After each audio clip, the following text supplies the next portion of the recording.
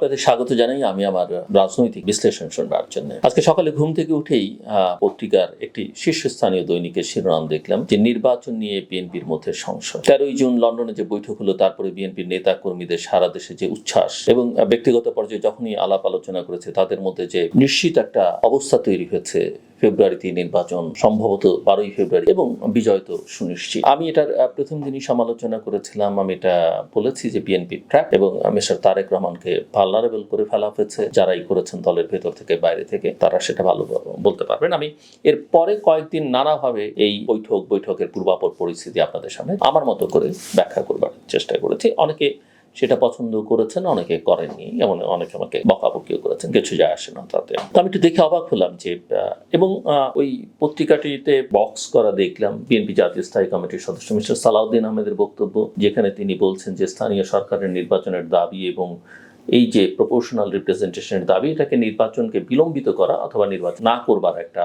জন্য এইসব দাবি তোলা হচ্ছে কোনো কোনো মহল থেকে। এমন হয় মিস্টার সালাউদ্দিন আহমেদ, আপনারা, আমি এর আগেও বহুবার বলেছি, কিছু বিষয় নিয়ে আমি তার আগেও সমালোচনা করেছি, হয়তো সে কারণে তিনিও আমাকে খুব একটা পছন্দ করেন না। বাট এই লন্ডন বৈঠকের আগে পরে বিভিন্ন ইস্যুতে তার যে অবস্থান আমি যেটুকু জেনেছি স্থায়ী কমিটির বৈঠকে বা বিভিন্ন জায়গায়, আমি মনে করি তুলনামূলক বিএনপির অন্য নেতৃবৃন্দের চেয়ে তার অবস্থানটা অনেক বেশি সঠিক। এবং সে কারণেই তার এই বক্তব্য দেখে আমি খুব একটা বিস্মিত হইনি, কারণ আমি দেখছি যে আমার কথার সঙ্গে তার কথার চিন্তার খানিকটা মিল আছে। যদিও তাকে নিয়ে অনেক রকমের সমালোচনা আছে, তিনি কিছুটা অ্যারোগেন্ট এবং আরো নানা রকমের সমালোচনা আছে, তার অন্যান্য ব্যবসা বাণিজ্য নানান ভাবে বলছে, সেগুলো আমার বিষয় না। আমার বিষয় রাজনীতিটা খুব ইম্পর্টেন্ট, এবং রাজনীতিটা আপনি ঠিকঠাক করতে পারছেন কিনা সেটাই দেখবার বিষয়। এবং এই জায়গায় আমি মনে করি মিস্টার আহমেদ মোটামুটি ভাবে বিএনপির মধ্যে রাইট ট্র্যাকে আছেন।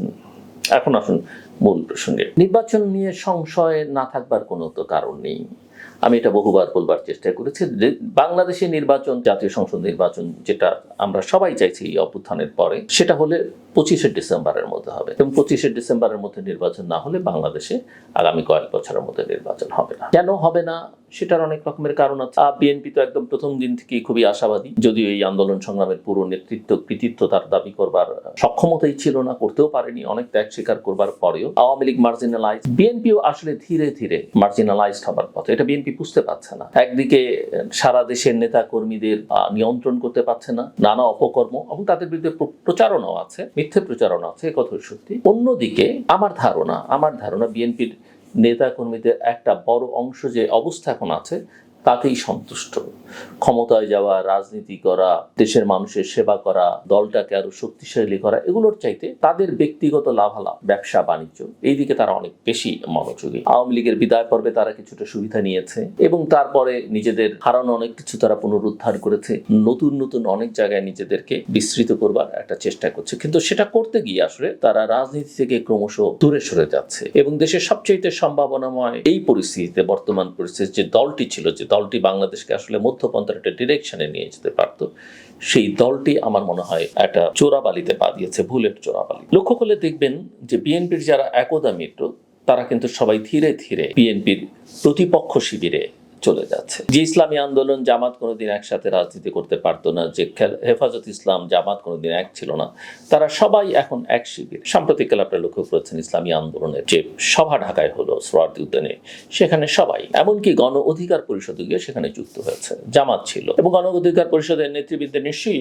কিছু কষ্ট দুঃখ আছে বিএনপির সঙ্গে রাজনীতি করতে গিয়ে। অন্যান্য গণতন্ত্র মঞ্চের অন্যান্য নেতারা বা অন্যান্য মিত্রদেরও আমি দেখছি যে দুদিকেই তারা তাল রেখে চলবার চেষ্টা করছেন। বিএনপির অনেক কিছুর সঙ্গেই তাদের ঐকমত্য সেই অর্থে আমি লক্ষ্য করছি না। সো জাতীয় ঐকমত্য প্রতিষ্ঠার চেষ্টা চলছে, কোনো ঐকমত্য হবে বলে আমার মনে হয় না। আমার ধারণা জুলাই ঘোষণা এবং জাতীয় সনদ নিয়ে বিভাজনটা আরো ক্রমশ বাড়বে। ইতিমধ্যে জামাত এবং তার মিত্ররা এটা বলবার চেষ্টা করছে, এবং এই মিত্র শক্তি কিন্তু অনেক বড়। ইসলামী সকল দলগুলো, তার সঙ্গে এনসিপি যুক্ত হয়েছে, এবং তার সঙ্গে আরো অনেক রাজনৈতিক দল ধীরে ধীরে যুক্ত হবে। এবং একটা কারো ভাষায় শুভ, কারো ভাষায় অশুভ চক্র এই শক্তিগুলোর পেছনে আছে দেশের ভেতরে বাইরে। মূল বিষয়টা কিন্তু এখানে ইসলাম নয়, মূল বিষয়টা ধর্ম, আলেম, ওলামা। অনেকে বলেন যে আমরা তাদের বিরোধিতা করছি, ব্যাপারটা এরকম না। ব্যাপারটা হচ্ছে একটা ধর্মভিত্তিক রাজনৈতিক শক্তি বাংলাদেশে, কেউ তাদেরকে উগ্রপন্থীও বলতে পারেন, বলেন, শক্তি বাংলাদেশে পলিটিক্যাল স্পেসটা দখল করে নিচ্ছে।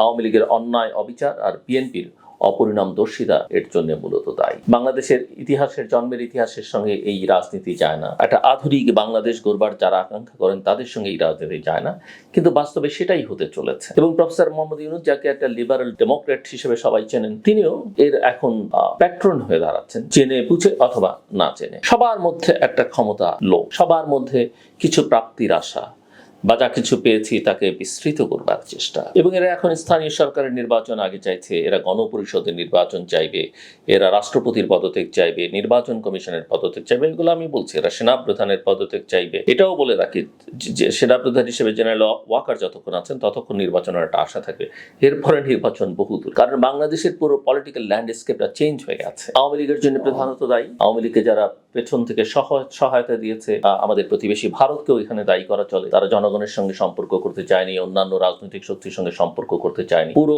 আওয়ামী লীগের উপর নির্ভর করে এখন তারাও ব্যাকফুটে, লো প্রোফাইল মেনটেন করতে হচ্ছে। আওয়ামী লীগ কোথাওই নেই, তারাও মনে করেছে ভারত তাকে সব করে দিবে। ওদিকে চীনের সঙ্গে তারা একটা ভারসাম্য বজায় রেখেছে, ঘুষ দুর্নীতি যত কিছু করা যায়, বড় বড় মেগা প্রজেক্ট করে মেগা দুর্নীতি, সেখানে চীনের সহায়তা তারা পেয়েছে।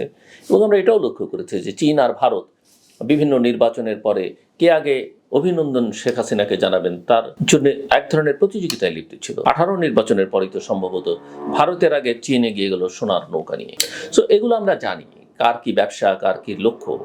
এবং প্রতিবেশীরাও খানিকটা ভালনারেবল, তারাও আমাদেরকে ভালনারেবল করে তুলতে পারে এই পরিস্থিতিতে।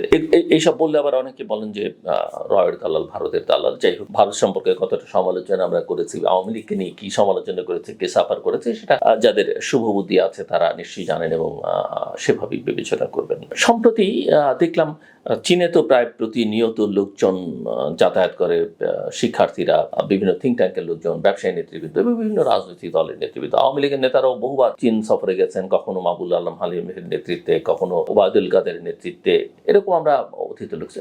বিএনপিও এখন মোটামুটি কয়েকদিন পর বিএনপির প্রতিনিধি দল চীনে যাচ্ছে। সর্বশেষ একটা হাই প্রোফাইল কমিটি বিএনপির টিম চীন সফর করে। এবং আমি যতটুকু খবর পাই, বুঝতে পারি যে চীনের এই আতিথ্যতায় বিএনপি যথেষ্ট পরিমাণে মুগ্ধ, এবং এতটাই তারা মুগ্ধ যে চীনের সঙ্গে আরো সম্পর্ক নিবিড় করতে হবে।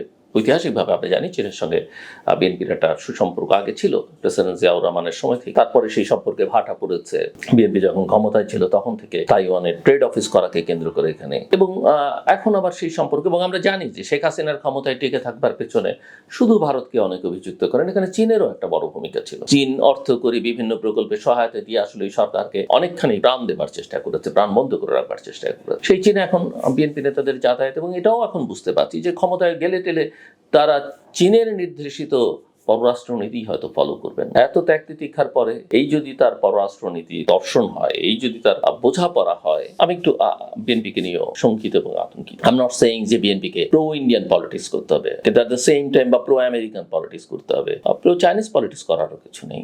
আপনি প্রো বাংলাদেশি পলিটিক্স করেন, সেটাই আমাদের চাওয়া। দেশের স্বার্থে যার সঙ্গে যতটুকু সম্পর্ক ভালো রাখতে হবে ততটুকু আপনি রাখবেন। যেখানে মর্যাদা, দেশের স্বাধীনতা, সার্বভৌমত্ব ক্ষুণ্ণ হবে, যেখানে দেশের মর্যাদা ক্ষুণ্ণ হবে, সেখানে আপনি চ্যালেঞ্জ করবেন আপনার শক্তি নিয়ে। যদি জনগণ আপনার সঙ্গে থাকে, এটা কোনো রাজনৈতিক দল বা কোনো ক্ষমতাসীন শক্তির পক্ষে অসম্ভব নয়। কিন্তু যেহেতু শেখ হাসিনার সঙ্গে জনগণ ছিল না, ভারত তাকে রক্ষা করতে পারেনি, এবং ভারত অনেকখানি ব্যাকফুটে চলে গেছে। একই অবস্থা চীনের ক্ষেত্রে আমরা লক্ষ্য করেছি খানিকটা, কিন্তু চীন যেহেতু তার অর্থ করিয়া সেগুলো অনেকখানি সে প্রফেসর ইউনূসকে ম্যানেজ করতে পারছে, লক্ষ্য করছে এখন বিএনপিকে ম্যানেজ করতে পারছে। বাট দেশের জন্য এগুলো খুব একটা কল্যাণকর নয়।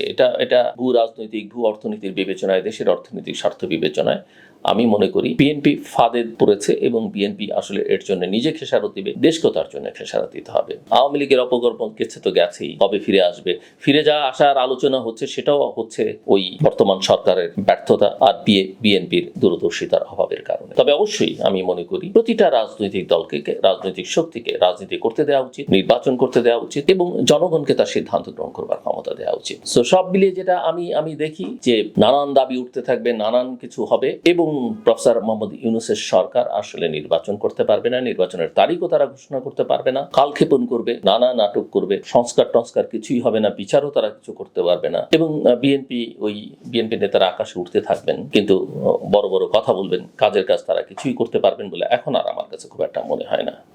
যদি না তারা আবার ভুল স্বীকার করে যত দ্রুত সম্ভব বাংলাদেশে একটা নির্বাচন আয়োজন, দেশের স্বার্থে, গণতন্ত্রের স্বার্থে, অর্থনীতির স্বার্থে, এটাই একমাত্র পথ বাংলাদেশের মুক্তির। এবং তারপরের সরকার দেশের অর্থনৈতিক স্বার্থ বিবেচনা করে, সামাজিক, রাজনৈতিক, কূটনৈতিক স্বার্থ বিবেচনা করে কূটনৈতিক সম্পর্কগুলো নির্ধারণ করবে।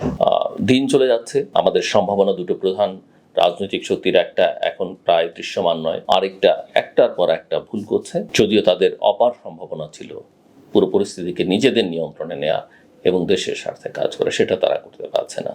বরং অন্যান্য শক্তিগুলো ভালো মন্দ মিলিয়ে সবাই ঐক্যবদ্ধ হচ্ছে এবং তারা একটা নির্দিষ্ট এজেন্ডা বাস্তবায়ন করতে চাইছে, যেটা হয়তো দেশের জন্য, শুভবুদ্ধি সম্পন্ন মানুষের জন্য কল্যাণকর নয়। আমি কোনো যারা ধর্ম নিয়ে রাজনীতি করতে চাইছেন কাউকে ছোট করছি না, এবং ধর্মকে আমি ছোট করার, আমি নিজে একটা ধর্মের অনুসারী, যতটুকু সম্ভব প্র্যাকটিস করবার চেষ্টা করি। অন্য কোনো ধর্মের প্রতি আমার কোনো অশ্রদ্ধা নেই, কিন্তু ধর্মভিত্তিক রাজনীতির সমালোচনাটা করবার যদি করতে গেলে কেউ মনে করেন আমি ধর্মের সমালোচনা করছি বা ইসলামের সমালোচনা করছি বা হিন্দু ধর্মের, আমার মনে হয় সেটা সমীচীন হবে না। শেষ করবার আগে বলি, গুজবে কান দিবেন না। যে কোনো তথ্য যাচাই করে গ্রহণ করবেন। একজন দায়িত্বশীল, দায়িত্ববান নাগরিক হিসেবে নিজেকে প্রতিষ্ঠা করুন। সো আবার শেষ করি, অপরাজনীতি করে আওয়ামী লীগ ভারতে ডুবেছে আর চীনা মুগ্ধতায় বিএনপি ডুবতে বসছে। আমার কথা শুনবার জন্য অসংখ্য ধন্যবাদ। আপনাদের সবার জন্য শুভকামনা।